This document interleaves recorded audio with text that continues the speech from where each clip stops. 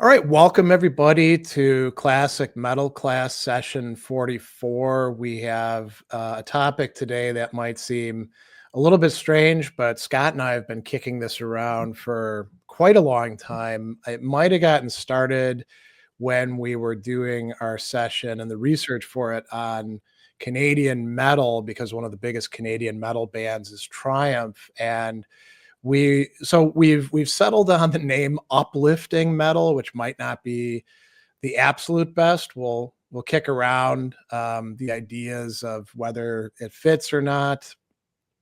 We were thinking about Triumph, and they seem to be a kind of unique band. They were always a major metal band, but could sometimes get a little bit overlooked. And even back in the I encountered them in the 80s. Probably maybe we encountered them in the 70s because they were getting airplay on some of the stations we were listening to. And they definitely thought of themselves as heavy metal even back then. On their very first album, there's like mentions of, making heavy metal, and that's in like 76. But there's something about them that you could sense, but maybe not explain adequately.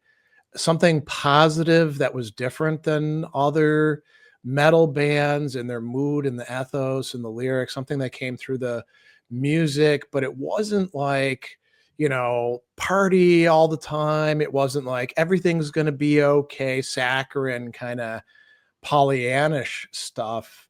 And it wasn't just about like, hey, this music makes me happy or energized. There was something deeper there. And so we wanted to talk about that. And I asked Scott a while back, because I figured if anybody would know, Scott would have a handle on this. Is there like a genre that corresponds to this? You know, and I think your answer was, I don't know. I don't think so. Right? Yeah, I haven't heard anybody address it like this. Although it could be a genre. I mean, we'll find out today. But I think I think it just falls under metal. Yeah, but there's something distinctive to it. I guess Yeah, one way you could tell whether it's a genre or not would be, are there other people who identified that as like, that's the route I want to go? Like, could you put together another band that's doing the kind of thing that Triumph is doing in their music? And maybe the answer is yes, and we just don't know about it, right? yeah, But I don't see like a new wave of traditional Triumph metal coming out right now. But it could be something actually, as we're going to say, it could be something actually very useful for us to have that. So, we've settled on this term uplifting for the time being.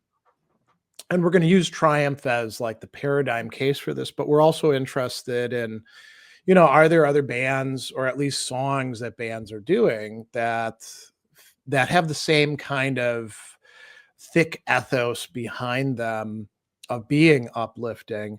And we've got some of the people here who've made suggestions about that. So I think we're going to have a really great conversation. And so I think maybe the place to begin is by thinking about this term uplifting. And, it's similar to some other terms, but maybe we need to make some useful distinctions. We could also ask, is there an opposite to this? That was an idea I kicked around with our friend and colleague Harold a couple days ago, and he said, "Yeah, nihilistic." But I'm not really entirely convinced about that. Maybe there isn't really a perfect opposite to this. So, before we begin with like thinking about similar overlap stuff, I do want to say two things about the band Triumph. So interestingly, as I was doing research on this, I found that Triumph is actually credited by not a few people with helping to prevent suicides, providing something that people could latch onto and tie in with and make them feel like maybe I won't end it all right now. I think there's many more of us who can say that some of their songs have sustained us through tough times, and it's not just fight the good fight, right? Right. There's all sorts of other songs that fit in with that. And Triumph, they're a bunch of good guys. They have always been contributing time and energy and music and facilities and equipment and funds to charitable and educational humanitarian causes. So the ethos is something that's not just like for public consumption in the music. It's real. It's something that, as we're going to see, is really integral to these guys. So, if we think about we could call, like, is it optimistic music? Yeah, that kind of captures it, but it's not optimistic in the unrealistic sense of saying, oh, everything's going to be all right. Everything's great. Just look on the bright side. I mean, this is a band where a lot of the songs are like, yeah, man, things suck, Yeah. but That's somehow we can get through it. So I don't know. Does optimism work as a term, you think? optimism works in the sense that exactly what you said. They're not claiming that everything's bright and shiny. They're Mm, they're acknowledging, like you said, that things aren't great, but you can be optimistic that you'll overcome it. Um, to be optimistic, I think you have to have a situation that may have something besides optimism in it. So something sad or something frightening or something.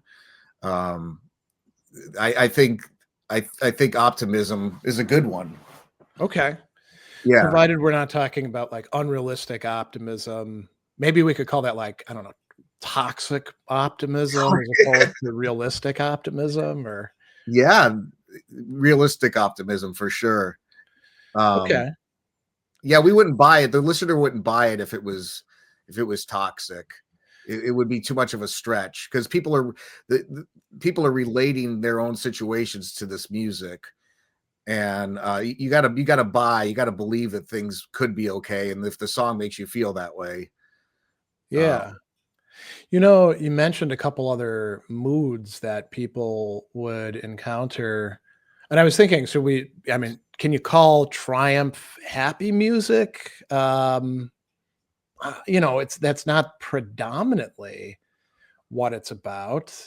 I mean, take the song "Ordinary Man." It's a song about, incredible challenges that we're facing, and the person's realization that he'd like to think he's something bigger than he is, but he realizes he is just an ordinary man. Um, that's not like, everything is great. I'm so happy. Everything is wonderful. We'll triumph over everything, right? So I don't know that happy is a good, useful descriptor. Ken says, okay, so this is actually jumping way ahead to something we're going to talk about later on down the line. Ken says realistic optimism is a useful distinction. A lot of power metal might be described as optimistic and triumphant, but a lot of it is fantasy based rather than being based in everyday human experience. So, actually, a couple things Wow. there, right? We are going to talk about power metal because if there's one genre that we could say is kind of an inheritor to this, it's probably power metal. But a lot of it is, focused on fantasy sort of stuff or military sort of stuff. And I mean, Triumph does have that song, A World of Fantasy, right? Yeah. But the idea isn't lose yourself in a world of fantasy.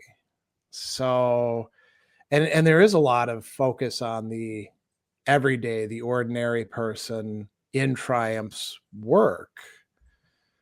Um, Now, optimistic and triumphant. Yeah. I mean, we'll talk about how like the musicianship plays a role in that in a bit. And I think there's a lot of, room for saying, okay, a lot of power metal bands are doing similar things musically, right?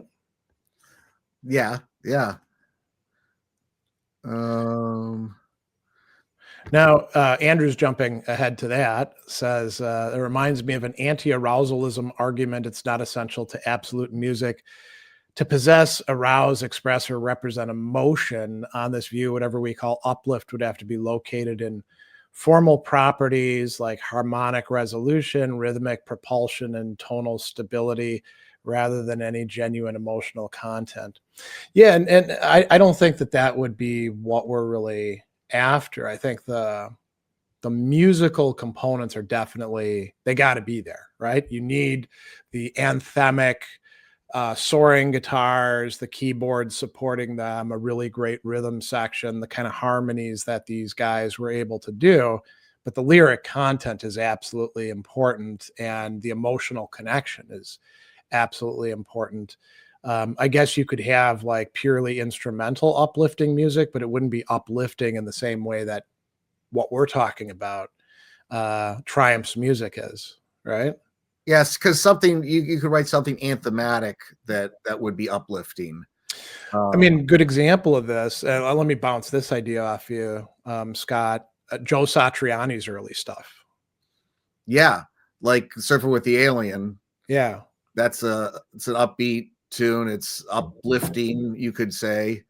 Um, yeah, I think that's a good that's he's a good one to use for that.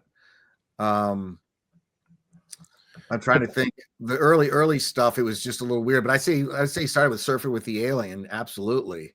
yeah, but the lack of like lyrical content, you can't. Yeah. It's great music. I'm not knocking Satriani by any respect, No, no. or his decision to do instrumentals as a guitar Yeah. guy. I mean, it kind of makes sense, right? But you lose something without the potential to use language. Right. Yeah. I mean, that brings it really crystal clear when you have the lyric content to actually say or have the story told.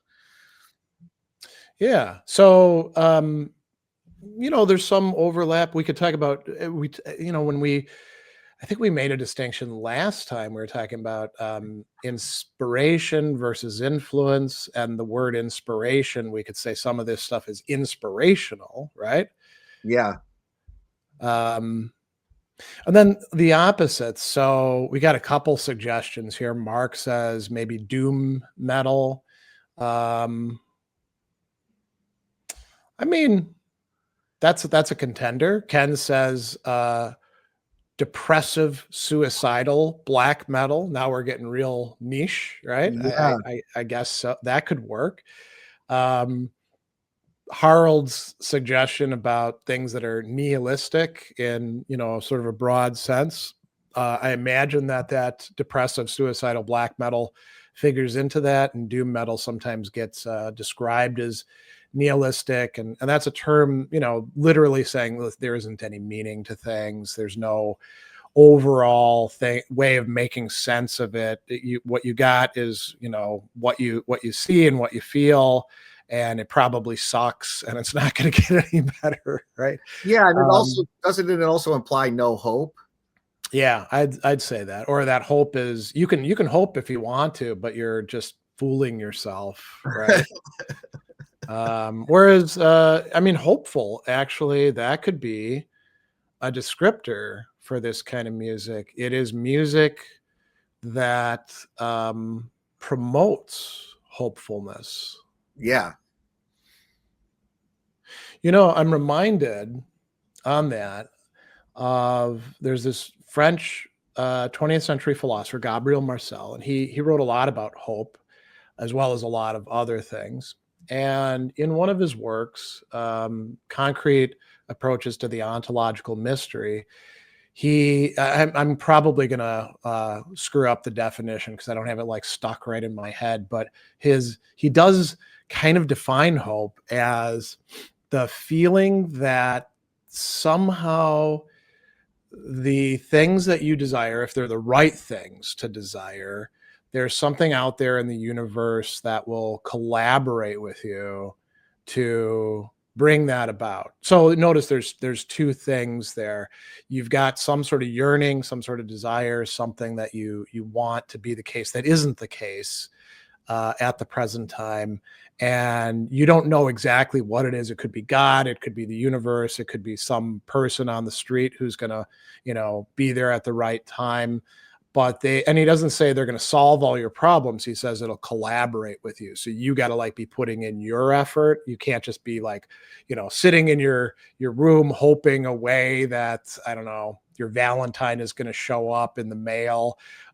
You actually got to be out there, doing stuff, but something more than what you can see will do it. But notice the other proviso in it.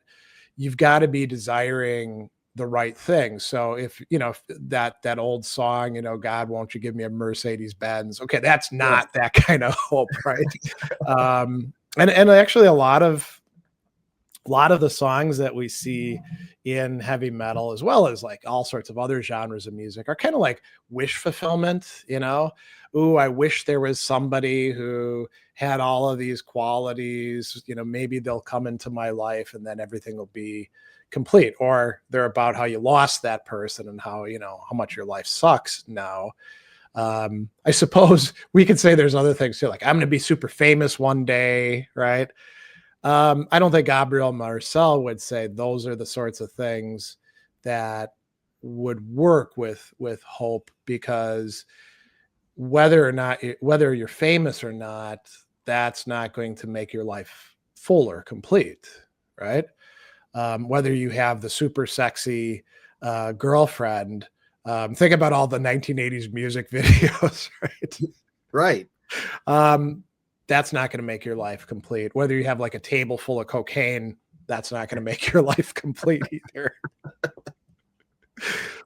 But if your goal was to, just to fight the good fight, to make it through another day, and to fight the good fight, do what is right, even though you're not going to necessarily succeed, that's something that could have that kind of hope behind it. You know that you could be crushed for doing the right thing, and yet you're going to do it, and you hope that the universe will somehow collaborate with you on it and it will turn out okay.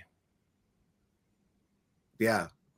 Well, as you were talking, a lot of like Christian metal or Christian rock will have kind of not that definition. I guess a lot of it that I've heard is kind of like it takes out the effort that you would put in, that you were saying. Yeah, it kind of depends. Like Christianity is this vast spectrum, right? So if you have I give it up to God and he takes care of everything, I Right. don't think that's remotely like this, right? Right. What we're talking about. And it's worth pointing out, Marcel's a Christian himself. So he's a Christian who thinks you got to do your part. Yeah. If it's, if it's like, I met Jesus and now everything is totally cool, I don't think that's remotely like this either. That's No. kind of like, religion solved the problems for me rather than deepening the problems.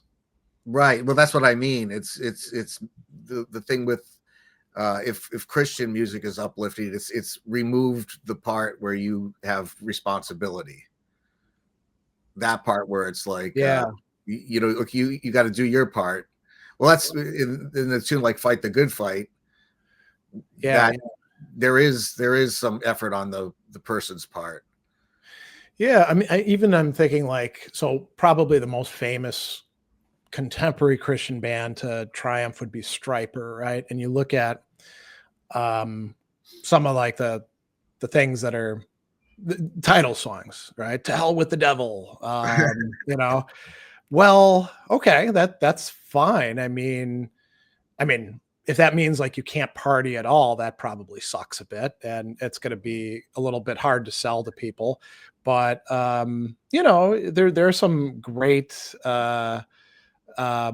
Well, it's interesting too, because a lot of them are Christians, aren't they? Alice Cooper, Dave Mustaine, right? They get off the drugs, and usually because they did too many of them, and they're like, "Oh man, this is bad," and then they Right.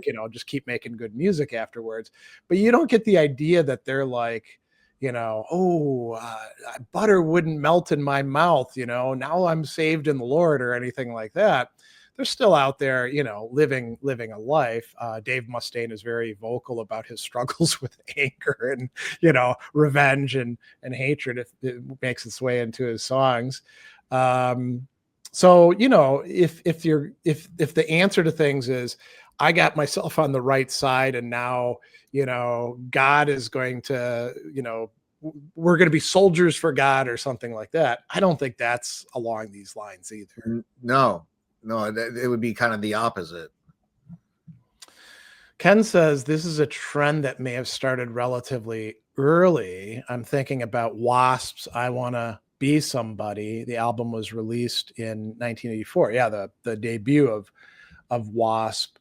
That's an interesting song, right? I want to be somebody soon. Now the portrayal of what it is to be somebody is all this hedonistic and materialistic stuff. And I kind of like that song until we get to that part, because you think about that notion of being somebody. That's really important for us as human beings. We want to be somebody to somebody, right? Yeah. Martin Luther King even talks about that. I think it's in Letter to a Birmingham Jail, about the feeling of being of somebodyness as opposed to nobodyness. And you lose dignity. That means that people are treating you as if you don't matter, and we do want to matter, right?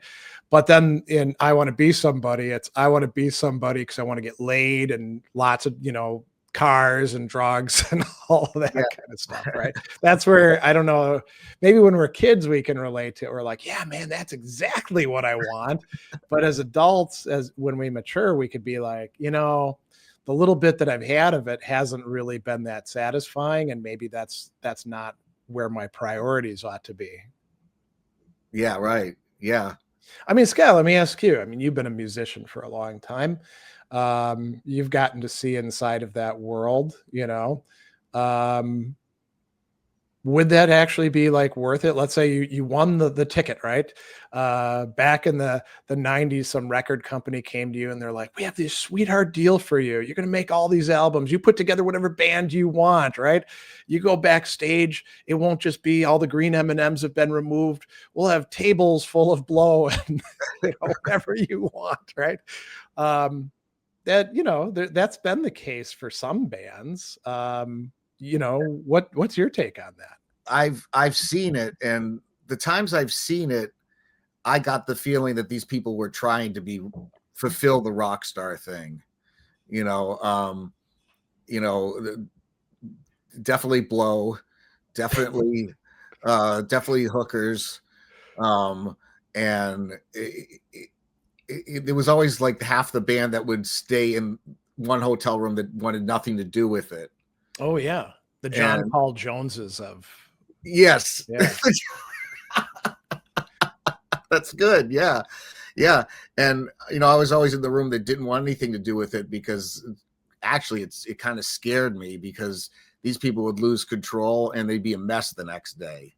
I mean, drugs and alcohol and God knows what else. But this is back, a lot of it with me happened a lot before, cell phones and all that. So it was kind of like, right. So there was no, I suppose, I mean, somebody could have like a, Super 8 camera or something, right? Or a camcorder, but yeah, there wasn't a ton of that. Although I will mention, man, this is really going back. We had a classmate. When I say we, I mean me and Andy, who she would bring in Polaroids of herself backstage. And this is in high school. So she was like, 15, 16, 17-year-old, and she'd have Polaroids of her. And I won't mention particular bands, but with lots and lots of guys from pretty famous bands when they came through Milwaukee. And, we'd be like, okay, I don't think you got these pictures just by batting your eyelids at them. What the hell's going on here? It's clearly she was a groupie, Yeah. And you're like, oh, that's probably not the best way to go. I mean, it's cool that you got to go, backstage with Right. these guys, but I mean, they're in their 30s, you know, that's kind of skeevy, but yeah. Yeah. Yep. But yeah, definitely it existed, but to me it was, I mean, because it wasn't like I wasn't playing with any big famous bands. It was more like people that wanted to fulfill that rock star thing. And there's always, just for some reason, there was always at least one guy with money in the band that could like foot the bill for this stuff. Interesting. You Like know, so, like one of the musicians, not yeah, the manager? right. One of the musicians, I think in Okay. one band in particular, he that's all he wanted to spend his money on. And he didn't have to do these gigs, but he wanted to tour around and indulge. Yeah, yeah. I mean, it kinda reminds me of that, Bad Company song, "Rock and Roll Fantasy," right? Exactly. Um, you think about all the components of that, and then, you could kinda contrast that to another Bad Company song, um, blanking on the name, "Don't You Know," "Shooting Star," right? Oh yeah. Um you enjoy all that, and then it kind of goes away. Well, we're getting a little bit far away from Triumph, but it's a useful contrast, perhaps, right? So if you think about, you look over their body of work, which we'll talk about in a bit. What are some of the really central characteristics of the ethos? One of them is, we mentioned fighting the good fight, right? So that's probably one of their most famous songs off of Allied Forces, and it's stressing, and this is running throughout all of their music, that we have the possibility to figure out what's right, and we should choose what we know to be right. And we're not infallible creatures. We can be mistaken about these things, but we often know, right from wrong. And it's difficult. There's a lot of pressures on us to not choose the right thing, but this is central to ethics, right? Uh, Andrew has an interesting thing here. We'll maybe put this off for a little bit, as we go through the ethos thing. Another thing that I think is really central is it's not like Triumph doesn't like to party or that partying is bad or wrong, right? They've got party songs, but they're not, I'm going to rock and roll all night and party every day, a continual nonstop thing. They're not like, let's ratchet up the hedonism as far as it can possibly go. It's more like, the party is a celebration that breaks up the routine of work life. They have a I Love the Weekend kind of anthem early on in their stuff, but it's not like the rest of the week sucks. Um, like everybody's working for the weekend. yeah, right. That's Loverboy, I think, right? It is, yeah. Yeah. It's rather, well, you have a life, and then that life is punctuated by moments when you get to let loose and not have to think about what you're doing the next day, and maybe get drunk if you want to, but there's no like celebration of hedonism for its own sake. Right.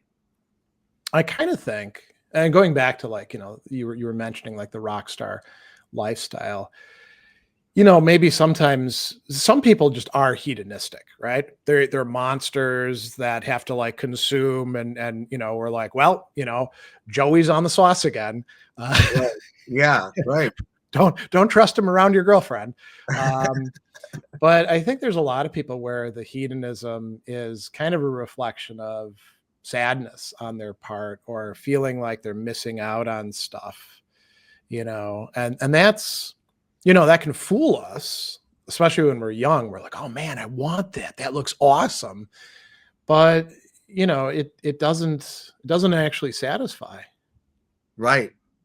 Which most of the people that are still here that gave it all up, Hmm. the rock stars, I mean, like, gave up that behavior, will say it wasn't.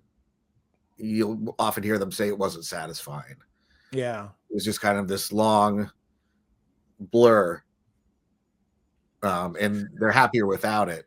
So how should we characterize this? It's not hedonistic, it's not arguing for pure moderation, it's something in between, They're not like, just drink coconut water, stay hydrated all the time, right?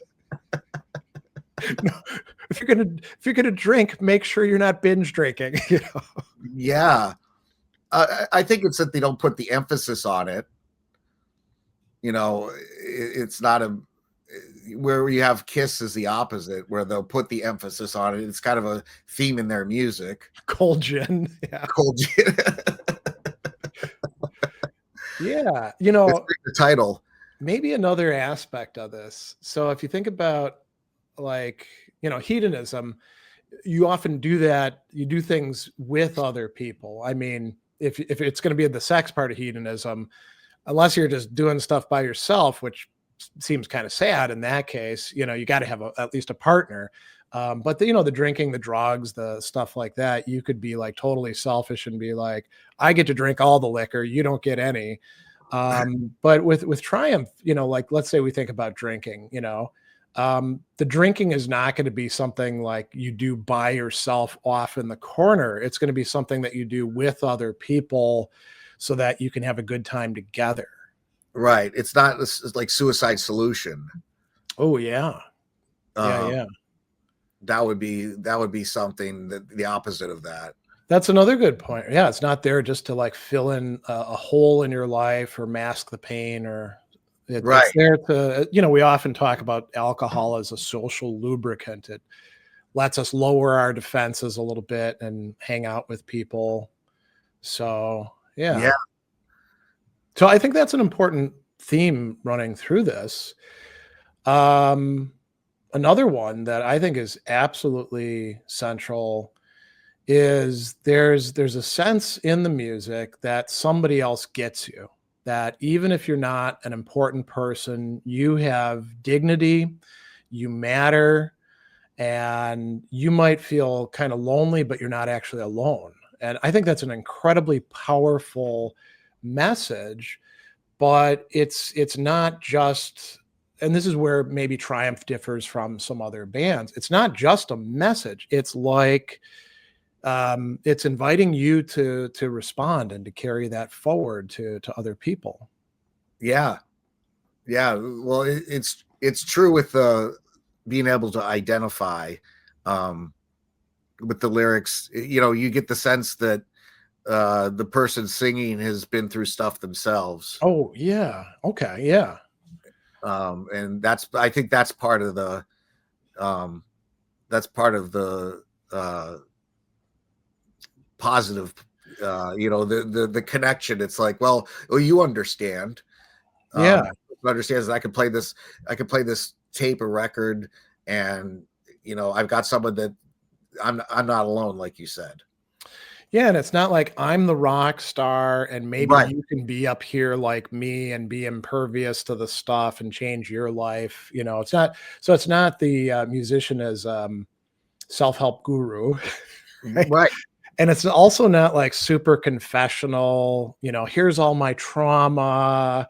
I'm going to make it all about me, which we do see in a lot of contemporary music these Yeah. days. I think you have to avoid those extremes to make that work. Yeah. Definitely. Yeah. So that's actually a good lead into another part. I guess we could call this a theme rather than part of the ethos.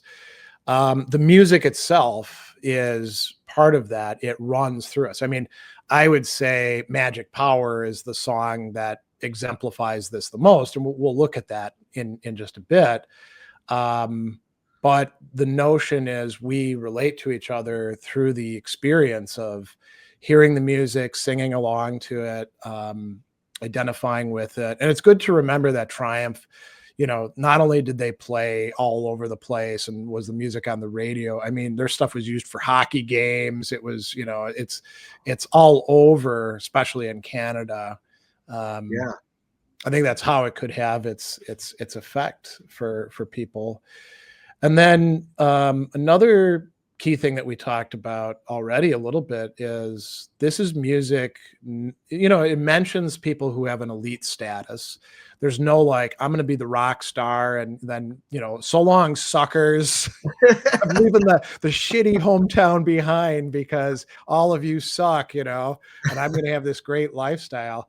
It's more like, the ordinary, the commonplace, the everyday. This is where we find real meaning. And that kind of ties in with, we don't have to party all the time, because you can't party all the time, right? That's Right. not what working people can do. So, those who have power, wealth, status, it's not, they're terrible, evil people, but they're not, this isn't music for them. Right. Yeah, that's a good point. Yeah. It I made guess me, you could say, could you, be in a good position and get something out of Triumph? And I think the answer would be yes, but you would have to like stay in touch with your roots. yeah, absolutely. Yeah, Yeah. because yeah, I agree. And then the Um, other theme that I thought, and then we'll look at what Andrew's saying here. Um, and we're going to look at a song that really ties in with this, and this ties in with the hope thing. There is someone out there for each of us. We have the possibility of experiencing love and connection if we're open to it, but it's not going to happen right now, right? As opposed to a lot of things, tonight is the night when I'm going to get, in this great, it'll be both sexual and romantic at the same time. It'll be this amazing relationship. Triumph doesn't have songs like that. They've got songs like somebody's out somebody's there, out and somewhere. yeah, somewhere, maybe not here. Yeah, exactly. It'll happen sometime, but not today. Right. That's So I think true. Yeah. that's pretty important. Oh, Ken points out Triumph sounds like a band whose philosophy may be consistent with Stoicism. Yeah, Stoicism understood in the right way, right? So we often distinguish between capital S Stoicism, which is the actual philosophy, and then lowercase s Stoicism, the I don't have emotions, I don't feel pain, I'm a tough guy, kind of, if I do feel emotions, let's stuff them down, withdraw from everything. That's not real Stoicism, but a lot of people out there are selling that as if it is. Also, like, I'm going to be super productive at work, and that's that lowercase s Stoicism. I actually so with Andy, my wife, we were on something called Conversations with Modern Stoicism yesterday, talking about, because it was Valentine's Day, love, connection, and loneliness. And I put into the chat, I said, I really like these lyrics, some of the stuff from Triumph, Somebody's Out There. And I said, this is actually a really good message for people who, want to have relationships. Not that everybody has to. Um, so yeah. And now Mark says, would you say there's a theme of authenticity in their music in the existentialist sense? I'm going to kick that one over to you, Scott, because I mean, so writing, music and stuff like that, how does that work in terms of authenticity? The music itself. Yeah. And and lyrics, and how you behave as a musician. Um, well, let me read the. I'm not quite sure. Where's the question again? It's You said Mark the that theme says, of authenticity. Oh yeah. Um, oh, and taking responsibility too. yeah. Um, I I think in order to benefit from the lyrics and the music, you have to think it's authenticity. You have to have that. So, yeah, I think it is, and the music itself, it's the tunes are written like the pre-choruses and stuff. Like in Fight the Good Fight, the pre-chorus is kind of minory and a little before it gets into the big powerful chorus, and those are where the lyrics are not everything's great. Yeah, it's setting And a problem, right? yeah, and not that Major's happy and Minor's sad, because that's that's a kind of a cliche. But in this case, I feel like the music was crafted with the lyrics. It was like there was care taken to write the music. I always felt it was authentic. That's the word I'm looking for. I always thought Triumph was authentic because I benefited from the lyrics. And if you don't believe them, if they don't have the right ethos, you're gonna go, yeah, I don't know. But I think in the musical sense, the great care was taken with the lyrics to go along with the sections of the songs. They're well crafted songs. You know, Ken says, I'd say metalheads in general are in favor of bands having an ethos of authenticity. And yeah, I would say that it's one of the genres, punk also, you know, Oh, where, punk, yeah, man, if you lose authenticity, you're kind of screwed, right? If you're, well, we talked about this, bands where the ethos doesn't match with their behavior, right? And people are like, well, screw these guys. right, And you know, there's certain things where you probably couldn't live up to them. You know, it's tough for a band that's all about hedonism and being tough guys to consistently live up to that, right? Whereas if your music is about, okay, life is full of struggle and setbacks and challenges, but we can still live a good life with other people. We can be realistically optimistic. That's sustainable. If your music was all about let's kill everybody, you know, pure aggression or something like that, I mean, you're going to wind up in prison if you follow through on that. right. So if you're authentic, then you know there's like a end of the road with certain values that lived out authentically. But a triumph is something that you could live out. You know. Yeah, Oh, Mark is saying, I'm thinking in terms of the message of bands like Kiss and Motley Crue, where that lifestyle would be inauthentic to most people. Yeah, I mean, we talked about this like Kiss, right? While they're celebrating all this hedonism, two members of the band aren't getting high backstage. well, that's I had always said that was one of them that in the interviews they would say they didn't drink or didn't you know they said there was women that was their vice. That's true, yeah. And I mean, as we said before, Ace Frehley and Peter Criss probably made up for Gene Simmons and Paul Stanley not drinking. Right? Well, there's that story. I don't know if you heard that story, was when Rush toured with Kiss, and Alex Lifeson used to do this character called the Bag. He would entertain Ace Frehley with it, and it was really silly, and they were all really drunk, and Gene used to come in and be really grumpy about it. He was kind of the no fun guy. I can see that. He was kind of but he's on stage, saying, it's all about the party, cold gin, rock and roll all night. And Yeah. he was kind of the buzzkill, that they were saying that he'd kind of come in and, they one of the women backstage tried to like take the hood off of Alex Lifeson, and they ejected her out of the room, and Gene freaked out because, he was after the woman or whatever. So that could be inauthentic, but I think you're right that the other half of the band was making up for it. Yeah. So far we've got like stoicism being mentioned, existentialism, and then Andrew says, what about a kind of eudaimonistic account? So maybe something neo-Aristotelian, which could concern living well, developing capacities, cultivating appropriate emotional orientation and whatnot. Hmm. So uplifting metal could contribute to that by shaping dispositions. And he's got some examples here: endurance in adversity, courage, communal identity, not tolerating social injustice. The value could lie in its capacity to orient listeners towards action and meaning rather than just producing pleasurable sensations. Hmm.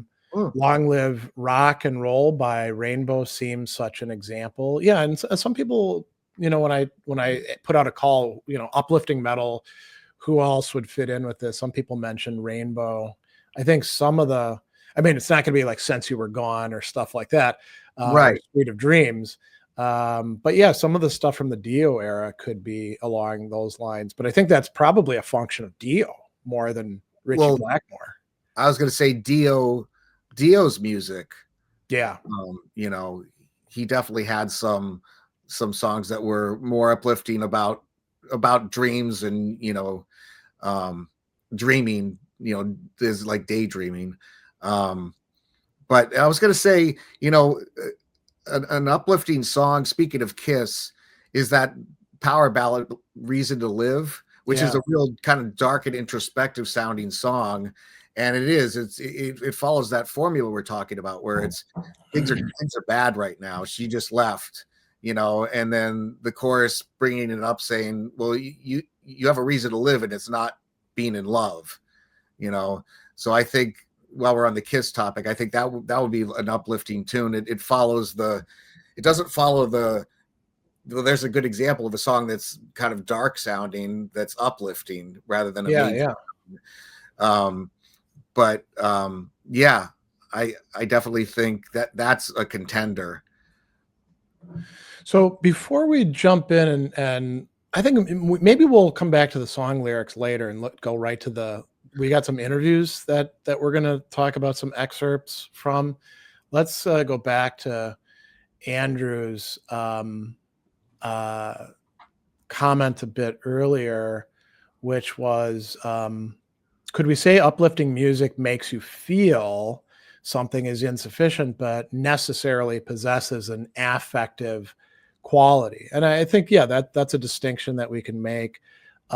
Feeling isn't enough, right? But there's got to be emotional connection there. Compare Halloween's Eagle Fly Free and Funeropolis by Electric Wizard. So, two very different kinds of bands. What about songs with happy, upbeat music and depressive lyrical content, which, we see a lot of sort of ironic stuff. Um, think about REM's Shiny Happy People, you know, Right. that's a great example where, and actually, I forget who I heard about this. Somebody was like, they were another musician, and they're like, I hate REM and Shiny Happy People because this is all bullshit, right? And they didn't get that it's an ironic song. They're not Right. celebrating shiny, happy people. Let's all be shiny and happy.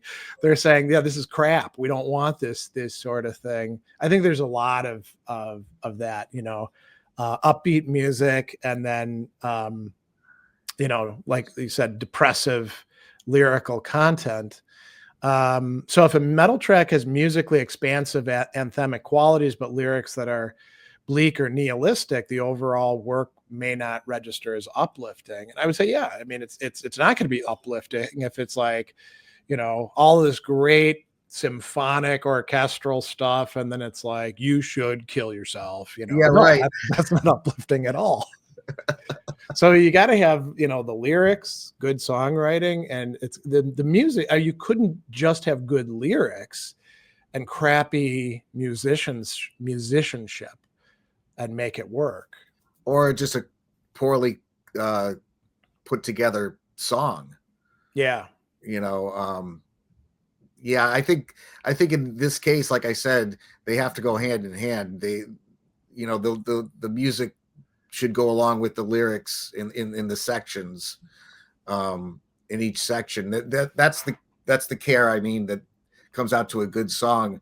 And I agree, if the song's no good, the song's no good. Yeah.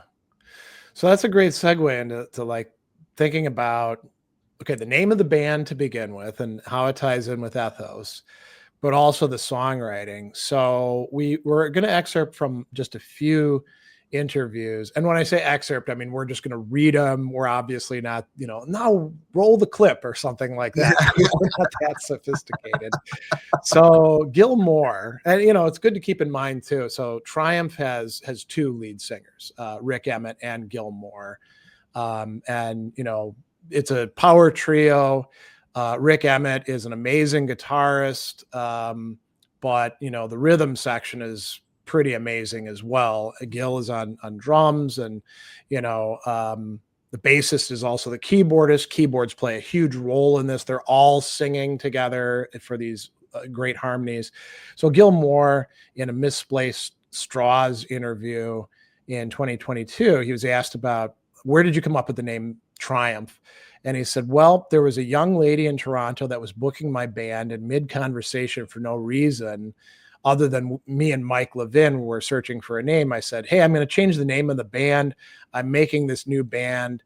Got any names? Throw me a name. And she said, Triumph. And one other, I forget what the other was. I said, Triumph, that's awesome. And so he went to Mike Levin and he said, what do you think about Triumph? And he says, done deal. It's perfect. It captures something. And then, Rick Emmett, in another interview, he was asked about, the sort of a similar thing.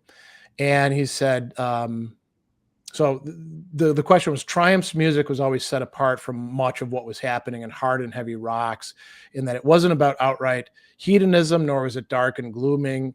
It was deliberately empowering and powerful, and an energizing musical presence on radio, which also translated in concert. And so Rick Emmett said, yeah, that's what I was saying around 78 when I was writing Lay It on the Line, which we've all heard so many times, right? Probably one of their biggest songs. He said, that was me saying the band is called Triumph. Why aren't we about that? Why isn't that what we're sort of hanging our hats on? And where did that come from? He said, I was a kid who sang in choirs when I was 7 and 8 years old. I sang in church and school choirs.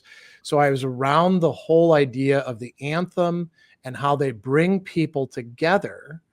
And also choruses should have something where there's a refrain that makes everybody want to sing. So Triumph, that was me saying to the guys, come on, let's do this. And then he goes on a little bit more, and we're going to look at some of the other things he says about songwriting. He says, it became where I was pretty much always trying to write songs that would function along those lines. So by the time we got to Magic Power, I figured out how to do it in a way that was really effective. And it wasn't like I was doing it because it wasn't a natural, organic kind of songwriting process to me. This is what I wanted to be able to say. When you've been on stage in front of 10,000, 12,000 people, and they're all banging their heads and they're all thrusting their Bic lighters in the air, you start thinking, how much do I want this to be like communion, and how much do I want this to be like a Nuremberg rally? I want to lean more towards communion.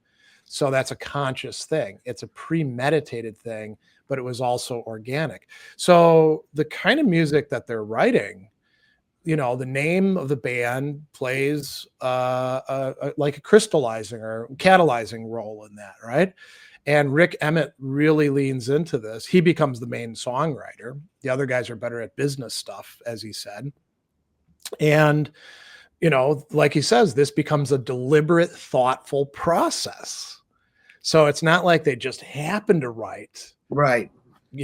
songs that have these profiles.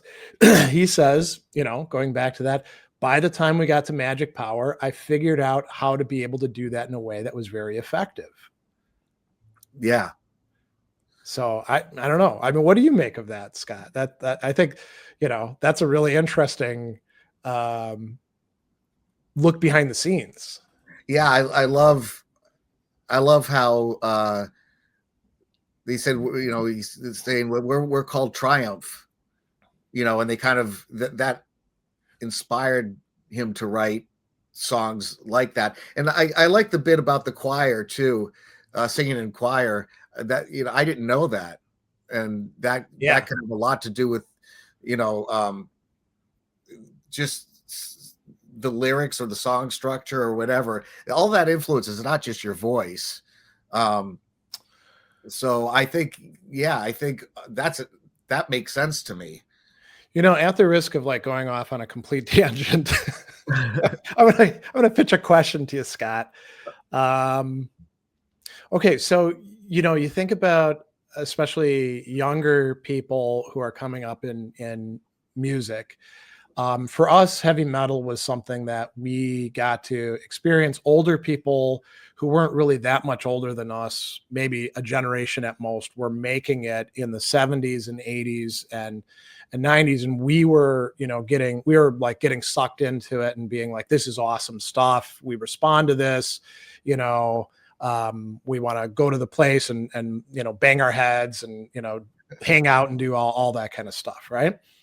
So the guys who were doing that before, there was no heavy metal before Black Sabbath for those guys to draw on. The influences are all sorts of other things. And we can talk about proto metal, sure. But, and even like you look at like Lemmy and Motorhead, or the guys in Judas Priest, or even the guys in Iron Maiden, they're, they're drawing on all sorts of other interesting musical influences. Lemmy's like, I really like the Beatles. Not a big fan of the Stones. They were kind of more posers. The Beatles were the real deal. There's kind of a famous interview out there about that where he's talking about this kind of stuff.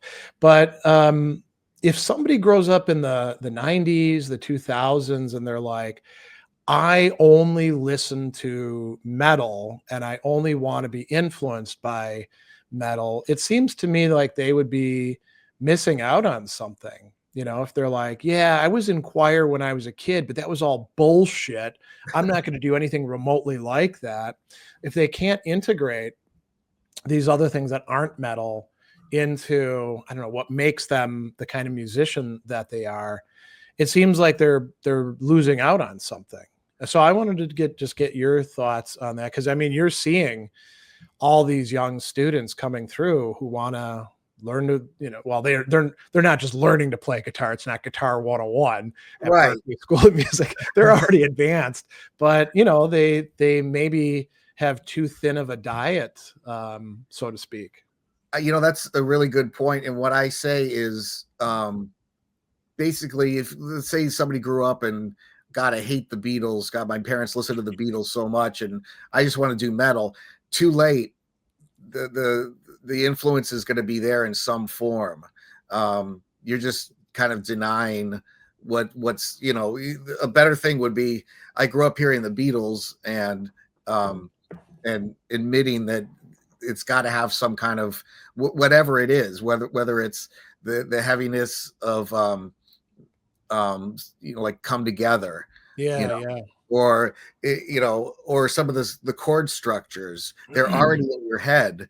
You already hear them, and you might write a song with those chord structures, not attribute it to the Beatles. Or I think if you've heard a lot of music, you could try to just be into the metal bands and just say, this is all I want to do. But the other stuff's going to seep in unless you really deliberately try to cut it all out, which would be ridiculous. I do think if you've heard stuff, for better or for worse, that it's going to be part of what you do, especially if you had more exposure to it. Like, if you did choir, that there's going to be stuff when you get your metal band together that's going to benefit.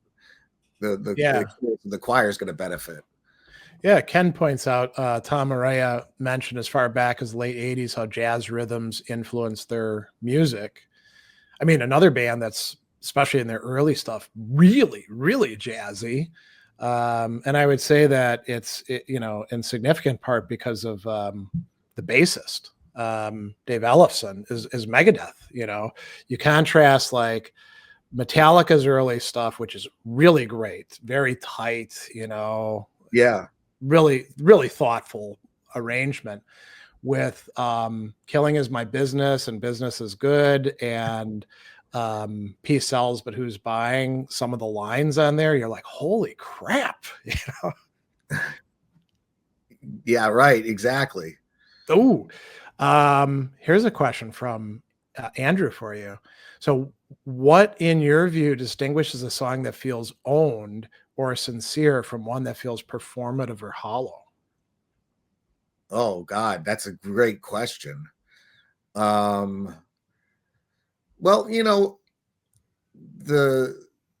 the execution of a song. Let's say we're talking about being at a concert, and I think any of us would know, but maybe not be able to talk about it verbally. But um if a band's not like really selling the song, or they're, even if they're so tired from playing it, um I guess it could be the stage presence, but it could be just is there fire in the playing? And I mean that even if it's a ballad, is there Yeah. fire in the playing?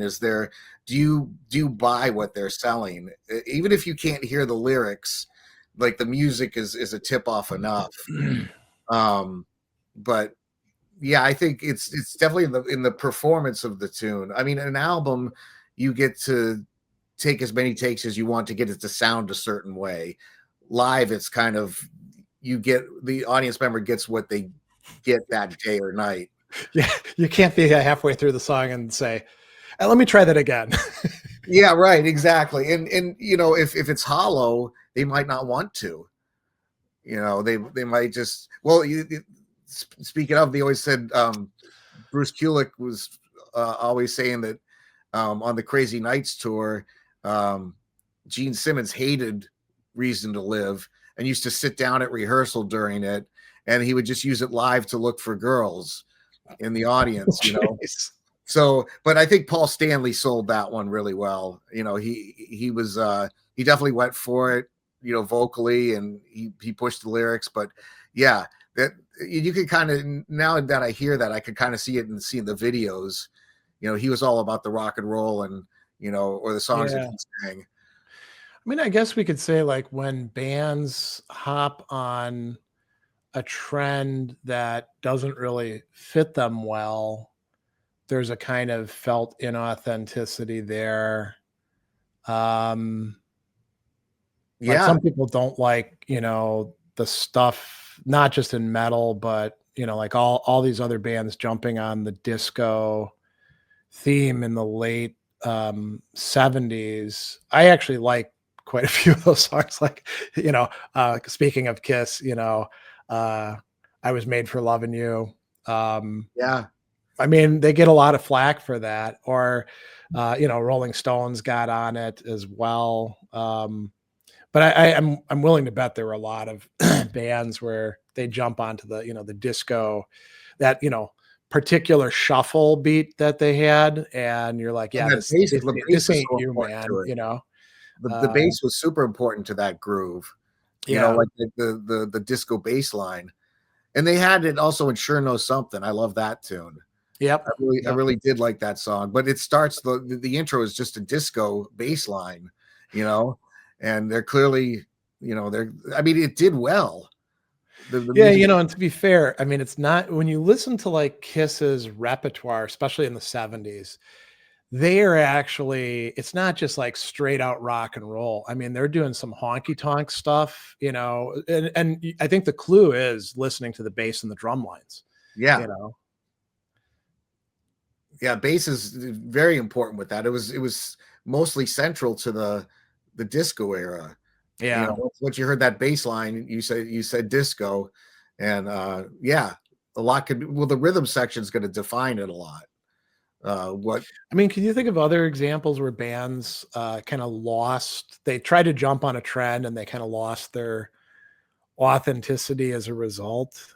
I'm trying to think. I remember some metal bands or rock bands going grunge, and Okay. that Yeah. being a total flop. Did Uh, it include like dressing grunge as well, or?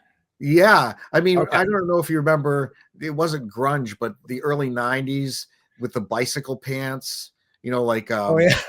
You know, I'm thinking of damn Yankees. They wore like the tank tops and bicycle pants, and it was I don't. That was just a sad time. That was yeah. They went from dressing like rock stars to I don't know what that was. I mean, Brian Robertson was the trendsetter with that, right? When with his stint in Motorhead, where he was wearing bicycle pants, and the other guys are dressed in black leather and just Right. doesn't fit at all.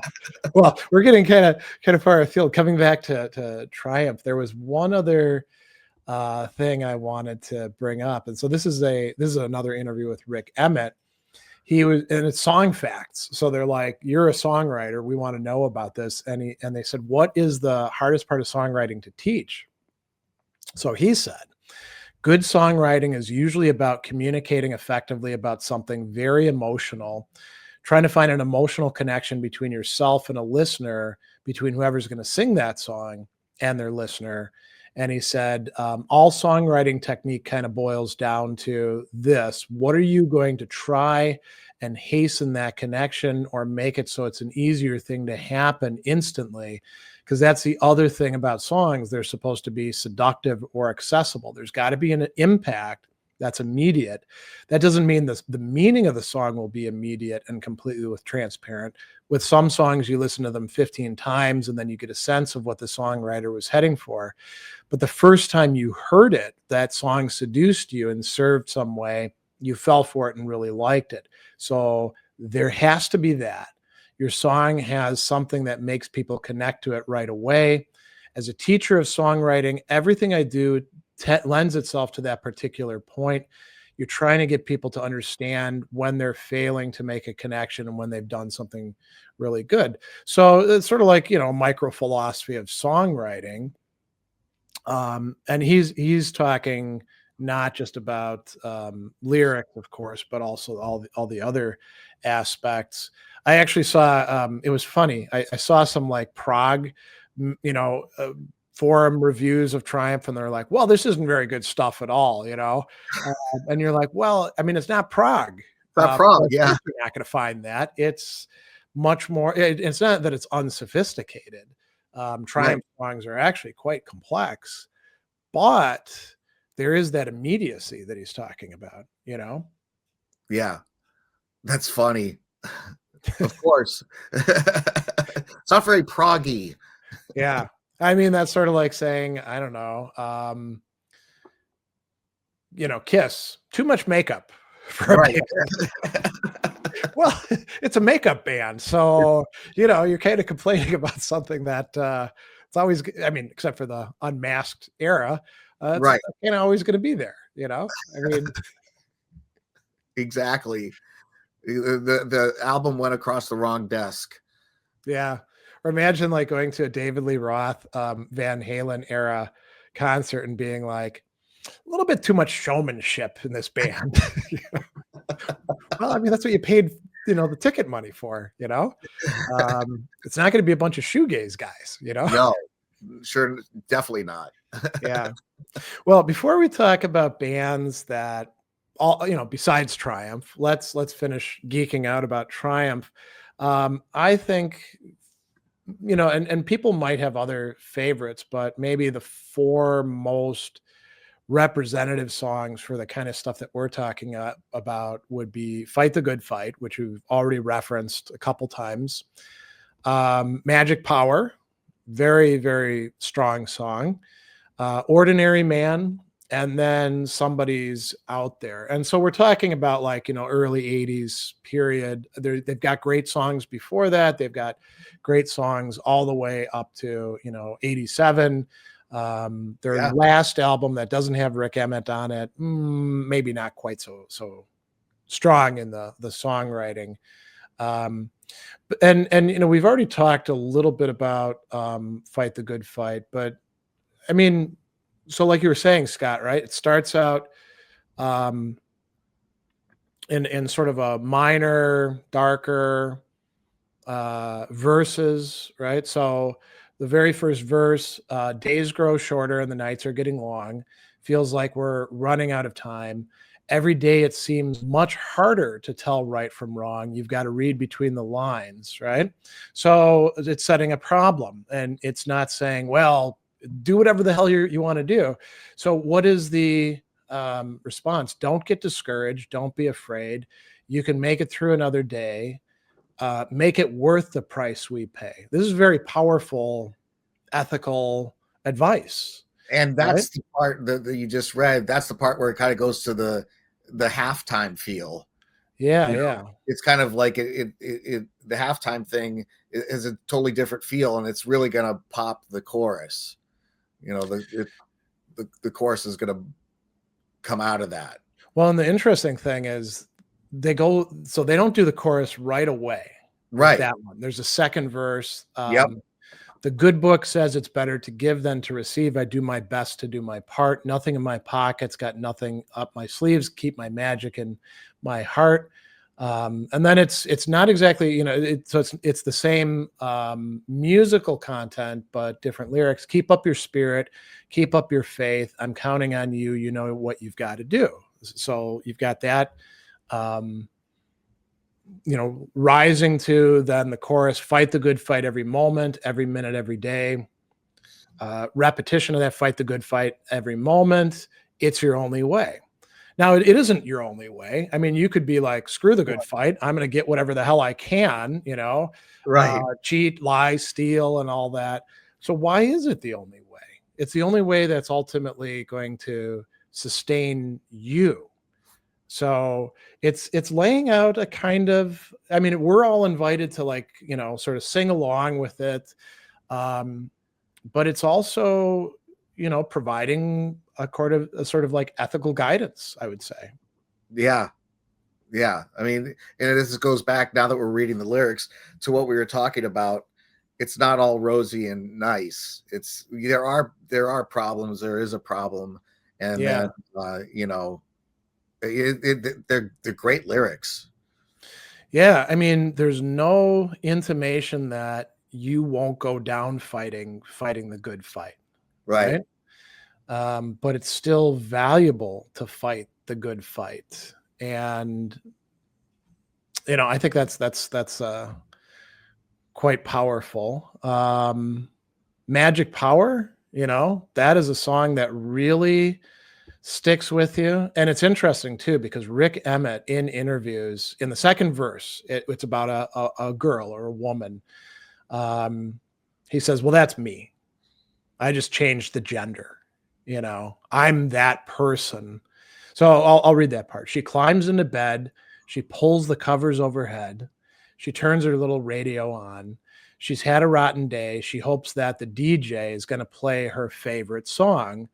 Makes her feel much better, brings her closer to her dreams. A little magic power makes it better than it seems. And he says that was me as a kid, and I think all of us can relate to moments like that, especially those of us who are old enough to remember, putting a cassette into our little tape player or boombox, Yeah. or listening in our headphones, or listening to the radio, and you had to hope the DJ was going to play what you wanted to hear, right? Right. But he, so the chorus to that is I'm young, I'm wild, and I'm free. I got the magic power of the music in me. And it's just repeated twice. Right. There's no like advance beyond that. But it's interesting to think about, because so I'm 55. Scott's a little bit younger than me, but not much. No, A lot I'm of 50. us here are of a certain age. We have a few younger people, but they're not like teenagers. Um, can we still say this? I'm young, I'm wild, and I'm free. Is there a part of us that 2 generations later, effectively, Yeah. you know, and I'm not talking about like immaturity, like people who never grew up and they're still messing up their life. Yeah. Is there still a person in us who is young and wild and free? Or has that died? That's interesting. That's an interesting question.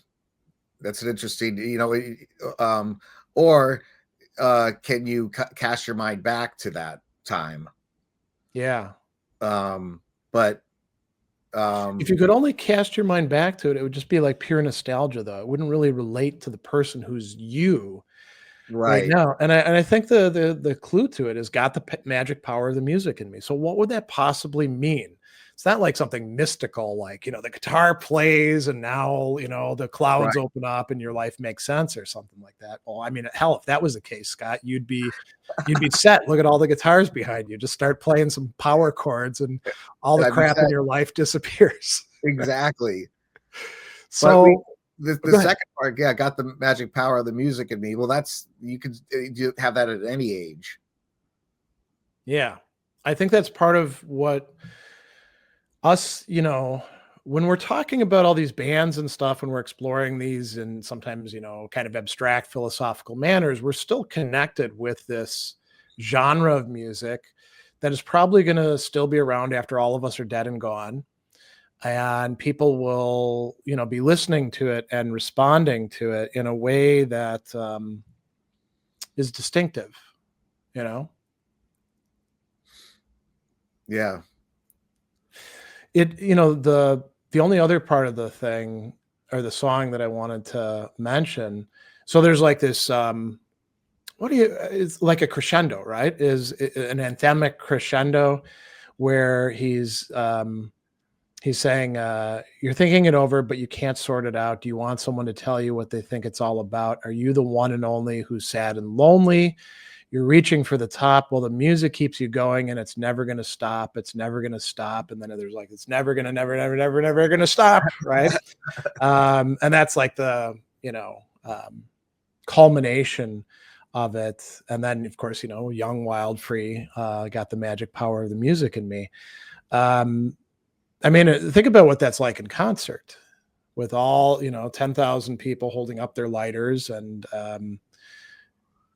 feeling the power of the music together. Um, oh th- yeah, this is a song of sort of reinforcement. yeah. No, this is actually I never saw Triumph. Did you? No, although they're back out on tour now. I Um, heard that. yeah.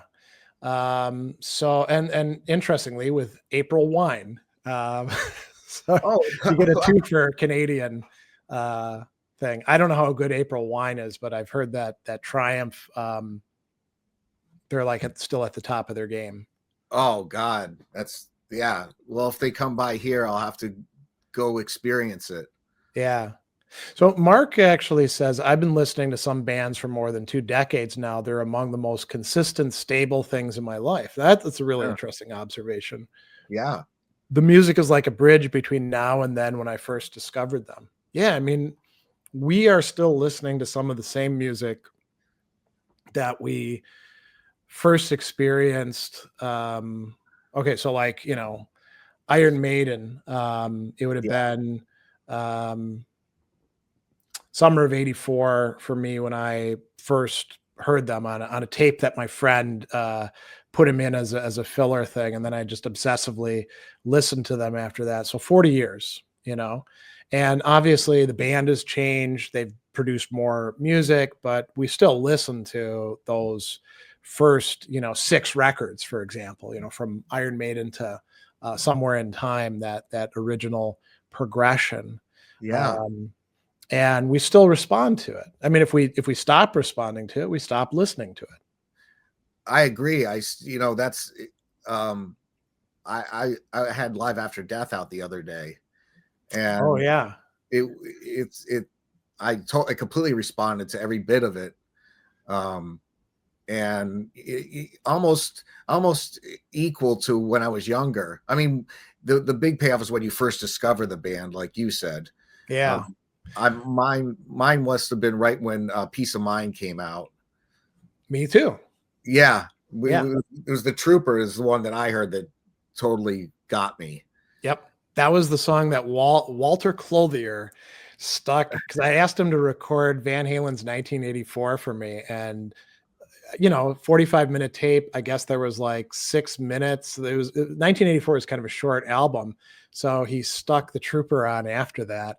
And I mean, I liked Van Halen, but Van Halen's no Iron Maiden. Right. And I was like, holy crap, what is this? Give me more. Yeah, that's so cool. I heard it on the radio on a metal show, and they didn't announce who it was. Or they said it was Iron Maiden. They didn't announce the name of the song. And I remember going to my friends' houses that had older brothers with Iron Maiden albums, trying to put the needle on the album to find if the song was on there. But I eventually found it when a friend of mine had Live After Death, and was just playing that, and then the song came on. I went crazy. That's awesome. But that's a good point. Yeah. It's got staying power with you, with us. Yeah, and I think, if the music ceases to do so, we either stop listening to music or we move on to a different kind of music. Right. And so there could be coming back later on. Ken says metal's been a part of his self-identity since the late 70s. Yeah. So, I mean, there's something about the better stuff that sticks. I mean, if we only had like third tier metal bands that weren't very good, where, the bassist, is just somebody's kid brother who's only playing the root note, and the Right. guitarists don't really know what they're doing, right? And the lyrics are stupid. Okay, then we wouldn't be stuck with this stuff later on. That's Um, true. yeah. There's one, we won't go through all of the songs, but there is one that I think we really do have to talk about. Somebody's Out There. Oh yeah. I mean, it is such a inspirational, uplifting song, but not one that says everything is automatically going to work out. So, the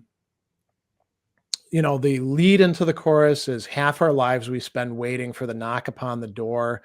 When it comes, will it be the one that I've been waiting for? And then, I mean, it's almost like, in a way, it's almost like a show tune structure with the way the chorus is set up. So it's somebody's out there somewhere waiting for someone to come their way. So that's generic, right? Mhm. And it could be like everybody's waiting for somebody to come their way, but this is somebody. So it's not saying it's you. And Right. then it's somebody's out there somewhere, and then it switches. I will somehow be somebody's someone. So we got this sort of repetition, right? Yeah. And then it pauses a little bit, and there's some guitar stuff, and then it's someday, Yeah. right? So that's really important, that last part. I will somehow, I don't know how the hell it's going to happen. Don't ask me, because, I mean, to play off of another verse, I'm an ordinary man. I'm not Yeah. a, loveologist who knows exactly how this stuff works out. I just know that, somehow it's going to be the case that, and it's not, there'll be somebody for me. I will be somebody's Yeah. someone. That's, I think, another really important distinction. Um, to think there's somebody for me is like, oh, that's great, but Right. you don't have to do anything for that person. I will be somebody's someone that they want, that will make their life better. And then someday, not today, not Right. necessarily tomorrow, could be, halfway through our life, like Yeah. the verse said. Yeah. No, it's a great tune. Such a Yeah. great tune. And the music is just so perfect with it. And I love the harmonies on the chorus. Yeah. I I never think, heard that live version of that. I'm sure there's one online. yeah, I bet there is probably lots of them, because they Yeah. play it well, they did play it every concert when they were playing. Um, yeah, I mean, you could think about songs like this, Magic Power, Somebody's Out There, Fight the Good Fight. Somebody hearing this could be feeling crappy, wavering, and they could hear this and they could be like, okay, It's just a song, but actually this is what I needed to hear at this time. Yeah. I'm lonely right now, but maybe I won't be forever. Somehow it could work out for me, you know, Yeah. Yeah. or I'm lonely because people are acting like a bunch of jerks at work, and I'm under pressure to cut corners and do the wrong thing. But maybe I can fight the good fight, you know. Yeah. Um, so I think that's part of the, I don't know, what do you want to call it? The triumph shtick, their magic. You know, how should we describe it? uh, I don't want to use the word formula because it sounds cheap. Yeah, yeah, Um, yeah, it's part of how they do things, I guess. yeah, I can't think of a better word to fill that in, but yeah. So Ken says it's part of their ethos. Yeah, and it's a yeah. hard won part of it, right? You can't. I don't think you can come right out of the gate with that. Mark says it's their ergon, so that's a Greek term that means something like function or task. Oh, I think that works too. yeah, Mark. Yeah. Well, so let's talk about something that we kind of deferred for a while. Who else is doing this? It's Triumph isn't the only band. So we got some, some good proposals. Scott and I kicked around some idea. We got Ken actually proposed one that I think is really on point. Saxon's Denim and Leather. And so here's what Ken said. I think this was in Facebook. If memory serves, this was one of the first metal songs that was self-referential, a metal track that's a tribute to the metal community, positivity for metal fans, even in difficult times. And, I think those of Yeah. us who are old enough, we remember when being a metalhead was not something that, really opened a lot of doors for you socially. It's almost No. the opposite, right? You were the scum of the earth. Um, Yeah. so, somebody out there saying, this is what brings us together, the denim and leather, and there's something here that's important. And I think it's a uplifting song. Yeah. I agree. That's a good one. Are there other Saxon songs that you think would fit the bill God, for this sort of thing? I can't think of any off the top of my head. I mean, they have a lot of, as Biff Byford points out, actually in concert, a lot of things about modes of transportation: planes, trains, cars, motorcycles, stuff like that. Huh. Um, I kind of think 747 Strangers of the Night could be like that. It's about this, you know, they're flying in, they lose all their instruments. The pilot has to get this 747 loaded with passengers to the ground. I think at uh Dallas's airport. Ken says, "Aren't they famous for having a transport song on every album?" I think at least one on every album, maybe multiple ones, right? Wow. But I think that could be along the lines. This is a harrowing circumstance. Iron Maiden. Some Iron Maiden songs could figure into this. Scott, you brought up "The Prisoner." I think Yeah. that could figure into that. Would Aces High? Um, I mean, it's a war song, Right. right? So we're being invited to think about this struggle against the Nazis. I was also thinking about the trooper. I mean, we're not in the charge of the Light Brigade, so it's not quite the same thing. Um, but I don't know. Could those be uplifting? Um, Aces High could be motivating. Okay. Um, yeah, especially like the way the tune is. It's just the chord, the power chords moving fast, and the melody going with it. It's pretty intense. Yeah. I mean, the music itself makes you, is a motivator, I think.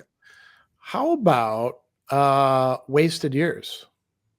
I thought about that Could one. we relate to that as Yeah, as you know, I had thought uplifting? about that. Yeah, I mean, definitely relatable for sure. It's a looking back song, right? Um, so obviously it can't be about, it's not running free, right? Just 16, a pickup truck, right? It's looking back from your 20s or 30s. Yeah, right. I think, well, yeah. I mean, it's absolutely relatable. Uh, it's kind of sad though, isn't it? Ken says, I think it's more nostalgic than uplifting. Okay, maybe, yeah, yeah. Yeah. Mark brings up Dio. Um, All the full sail away. Yeah. yeah, I think weirdly, so people have mentioned We Rock, right? And I think that works, right? Yeah. I think Breathless actually is kind of inspirational. I think on those first 3 albums, there's a lot of things where it's like we're in this together, and man, things do suck, but there's something that can see us through, you know. Um, I mean, what about rock and roll children then?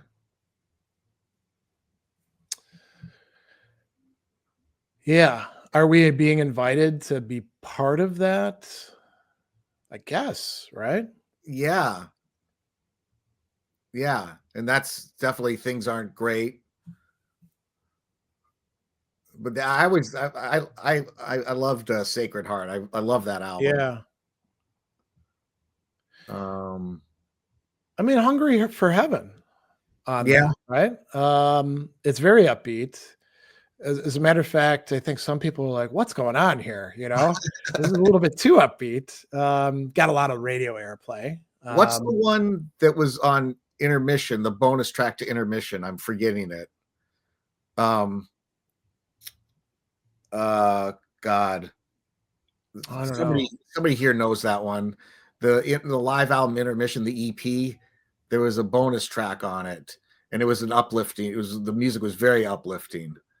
Um, I'll remember it. I Yeah, can't. But yeah, it was like definitely one of the more uplifting music. The music was the most uplifting on that one. Somebody here knows it. going back to Iron Maiden, Andrew says I would say Power Slave is an uplifting album. Everyone can slap an uplifting song on an album, but an uplifting album, that's something else. Is Power Slave an uplifting album? Um, it's Well, it's definitely got got some songs that would figure into that. Is the title track uplifting? I mean, mm, it's a cool song. It's about a pharaoh. I don't know that we can relate to that that well. You know, yeah. um, "Rhyme of the Ancient Mariner" is a really cool song too, and that is actually uplifting at the very end of it, right? Um, the Duelists, The you know, Duelist. I guess. I mean that the Ace is High is on that one too. The Ace is High is yeah. So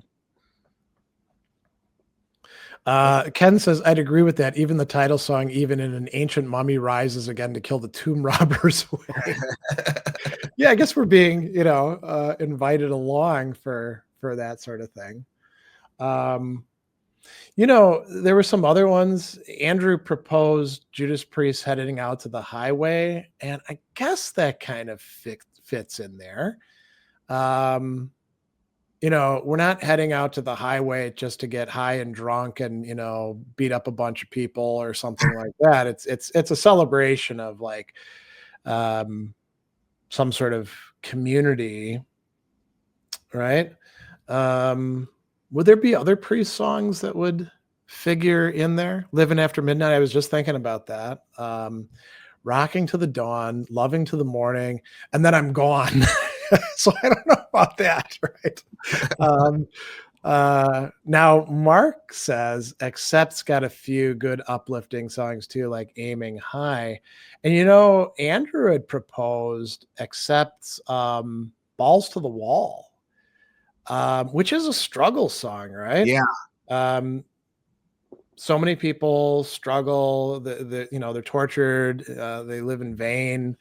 Um, they've got your balls to the wall, and then it's got this, I mean, certainly the middle part of the song, someday the tortured stand up, right? And we're all invited to like be part of this thing. And by the way, when you go and you see Accept or Udo in concert, like everybody is singing that part of the, da da da da da da da da da da da, that like vocalized but not lyricized part.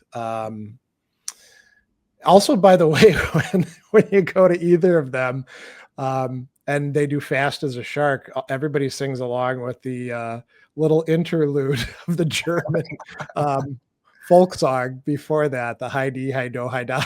Right? And I guess, yeah, some Accept stuff could be uplifting in this way. Yeah. Trying to think if there's other songs that fit that bill. Um, Um, oh, another band that I think actually does have songs that figure into this, the Scorpions. They have a lot of songs that can be melancholy and yet invite us in, and they're about dealing with the struggles of life, and yet they're inspirational, like We'll Burn the Sky. mm, Yeah, there, Ken yeah, just Ken, brought that one up. And I guess, I mean, it's kind of funny, after the wall came down was a huge moment of optimism for people in West Germany, of course. And I think for people in East Germany, until they realized how badly off they were in comparison to the Westies, and everything had to be reintegrated. And the Scorpions went on their sort of optimistic jag with Winds of Change and stuff like that. yeah, I would imagine for people over there, that would be an uplifting song. I always saw it as kind of saccharine myself, so I didn't get into it. But yeah. I didn't get into it. maybe some of this has to be kind of community specific. Yeah, right. Um, Trying to think. Can you think of, so some people suggested Sammy Hagar, and I have to admit I don't really know his solo stuff as well as I would need to be able to say. Does he have songs that would fit the bill for this? Um, I would think so, but I'm trying to think myself. I mean, I know some of his stuff, but I'm not a deep cut guy. Yeah, I mean, I know him better from Montrose and Van Halen than I do as a solo artist. Um, And I had VOA, as an album. I just didn't listen to it a lot. right. Um, he has upbeat songs like the music is like Your Love Is Driving Me Crazy. Yeah, The okay. music's upbeat. I don't know if I think that's just kind of like the chorus is what it is. I Can't Drive 55 is a fun story, but it's not uplifting, even though the No, music is really upbeat. Um, exactly. what about Def Leppard? Now, and let's say before, so up to Pyromania, because after that, it's all the hysteria kind of stuff, and it's Right. all overproduced. But off of the first three albums, would we say there's Uh,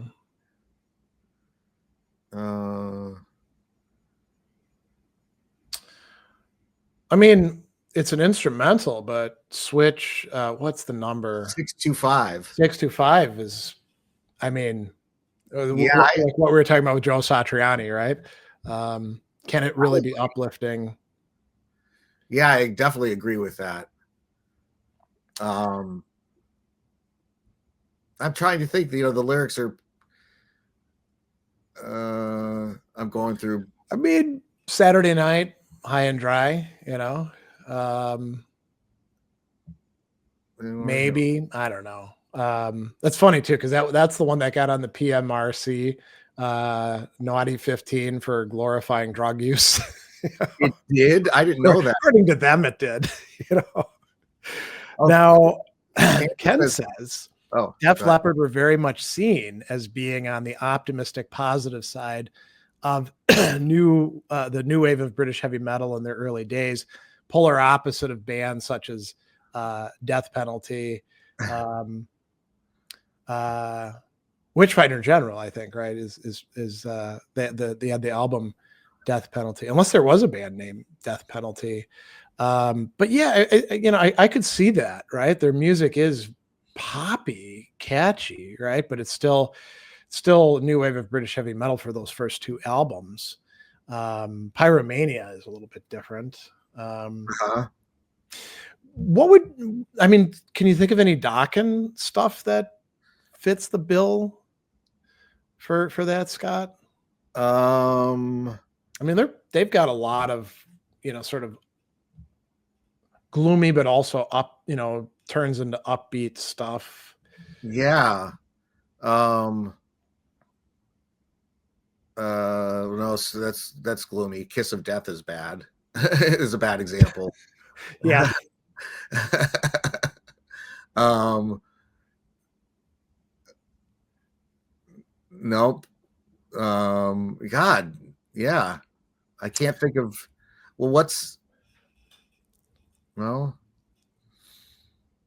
Another band that's, I mean, it'd be a controversial thing to call them metal, because they are so many other things. It'd be Rush.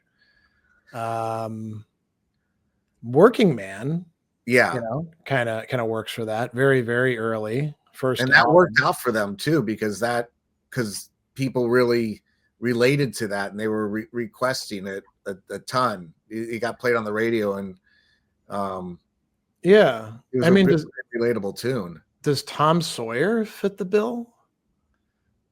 I mean, it's got all these really great musical moments in it, Yeah, but think about the lyrics itself.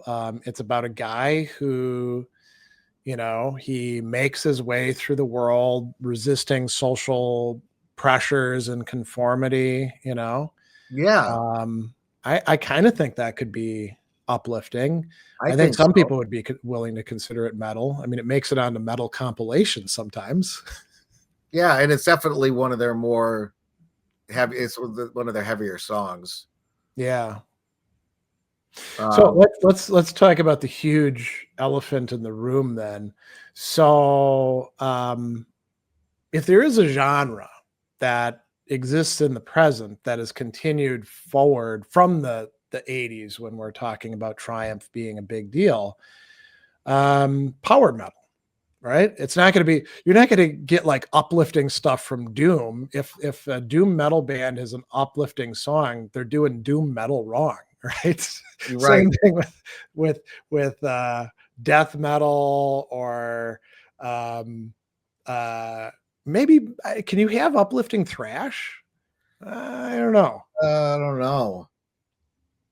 But black metal, you're not going to have that either. But power metal, I mean, you've got a lot of the same elements that you have in Triumph songs.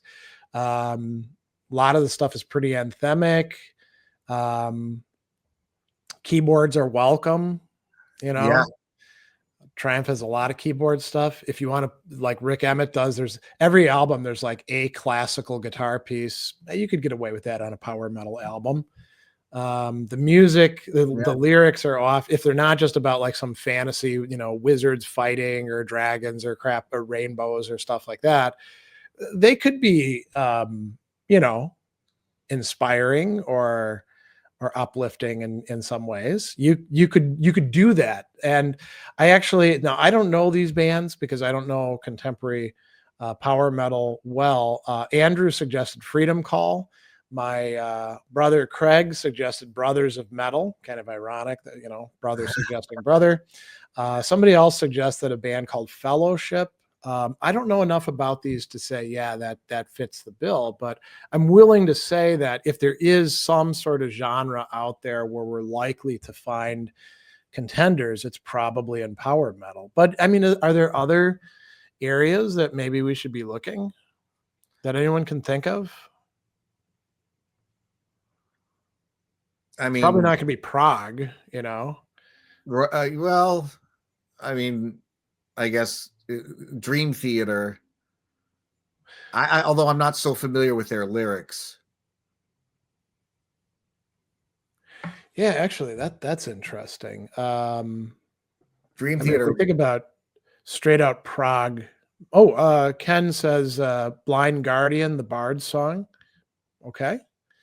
Andrew says hardcore. I think when we're talking about hardcore, we're talking about something that's, I mean, there is like some overlap, metalcore and stuff like that, but straight out hardcore is a heavy kind of music. But I don't know that we'd call it metal as such. Um,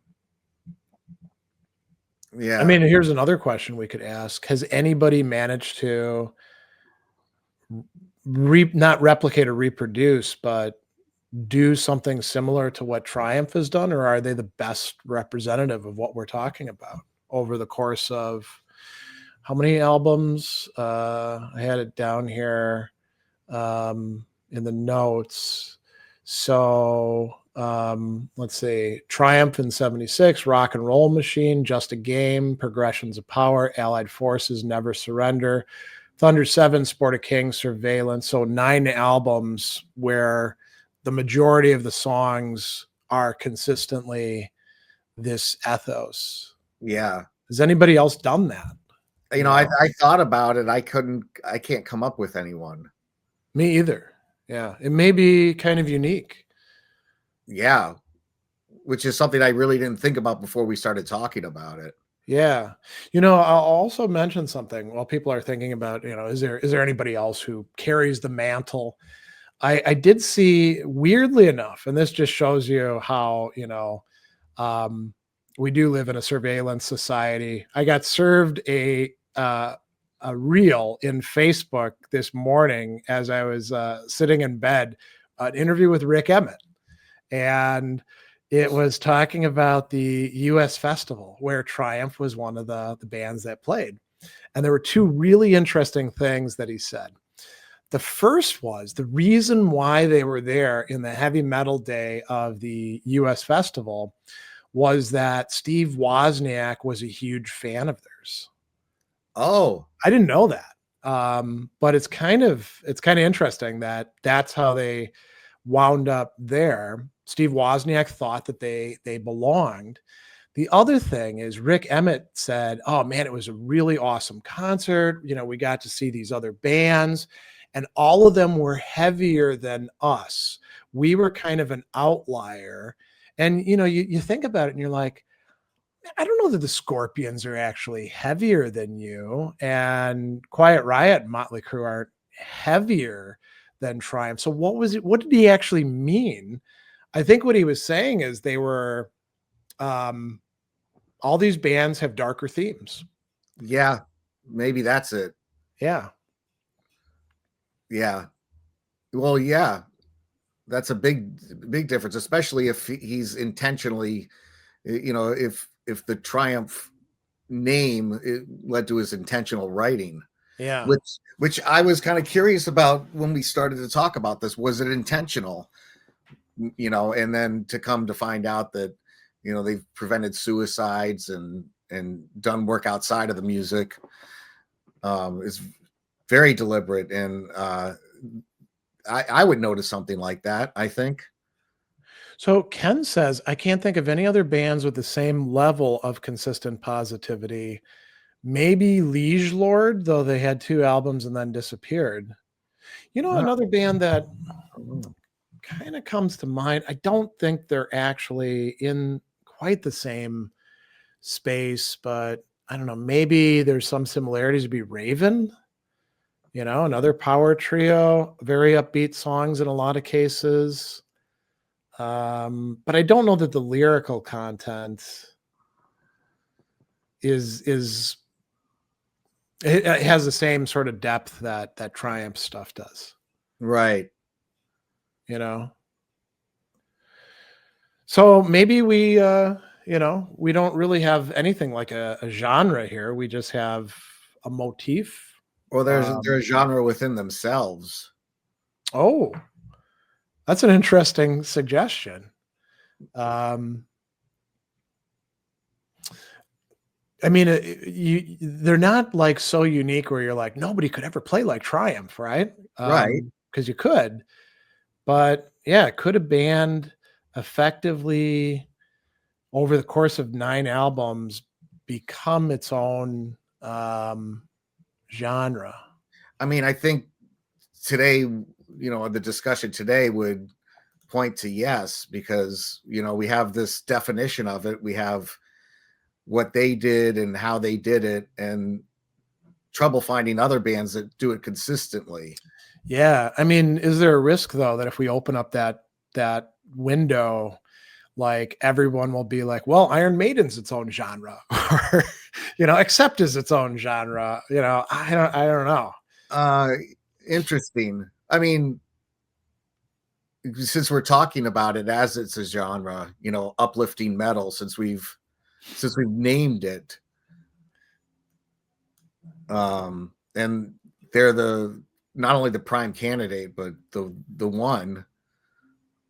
Oh, the Yeah. family resemblance concept. Yeah, so this is an interesting suggestion from Andrew. We might say thrash gives cathartic uplift. That's probably true. Yeah, I mean, we Huh. listen to um, some thrash stuff, and it's dark and it's aggressive. But if we're the kind of people that listen to it, and we are the kind of people who listen to it, we respond to it positively. Power metal gives heroic uplift. That's a good way to describe it. Yeah. I mean, is there other kinds of uplift that we could say? Um, there's a lot of concepts here that just haven't been explored that much as far as I can tell. Yeah. So maybe that's a good place to finish up. I mean, do you have any other thoughts about this, Scott? No, I love that it did bring a lot to my attention. I mean, I've always been a Triumph fan, but I never thought of them as uniquely uplifting. I knew they were uplifting, but Yeah. in a unique way. We put a lot of parameters down to kind of explain it, and not the oversweet kind of fantasy kind of thing. Yeah. But no, it was great to explore, and it's kind of cool that you know I might listen to some stuff differently now in the lyrics You for know, other bands. so I encountered Triumph in the early 80s as well. I Yeah, I think at a time that we did, and as you've mentioned before, you could tell like who's somebody into by looking at their jacket and the patches. And Triumph is one of those bands that would be in a lot of patches, and they played the U.S. festival and toured with all these other bands, so they're like solidly heavy metal. Um, and I never knew anybody who was like, "Yeah, Triumph is my favorite band." Right? They're the best, but they were consistently there. And I think that's the way I looked at them when I was young as well. I think I appreciate them a hell of a lot more now as a middle-aged person listening to this stuff. And certainly I can appreciate the musicianship behind it. I can listen to it more clearly. But in some ways, the lyrics hit me harder, and they did hit me hard when I was in my teens. But they hit me harder now. yeah, Oh, and man, what hooks. If I listen to some of those songs, it's stuck in my head all day long. You know? oh god, yeah, yeah, definitely. Yeah. Well, I'm glad we actually got around to finally plumbing through this topic, even though we didn't reach any really great conclusions. I don't know that we can make something a genre because, you know, we're not like tastemakers of metal music or anything like that in the great metal community, but you know, there's some really interesting stuff here to probably work out in further depth and detail some other time. Yeah, All definitely. right. Well, thanks everybody for joining us. Anything you want to say, Scott, before we go? No, I think I already said it, that it definitely made me think and be aware that Triumph was kind of its, you know, its own thing as far as the lyric content. Yeah. All They're right. easy to come up with examples. All right. We'll see all of you later. Take care.